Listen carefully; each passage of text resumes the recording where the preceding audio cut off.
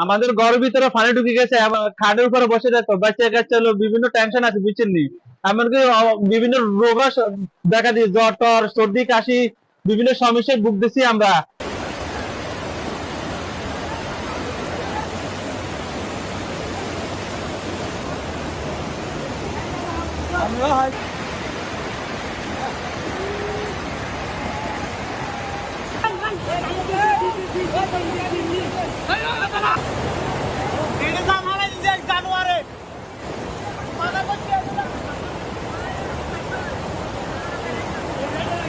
বিপদে আছি, রান্নাঘরে পানি ঢুকে গেছে, এখন বড় ঘরে ভাত ভাত খেতেছি টিন দিয়া।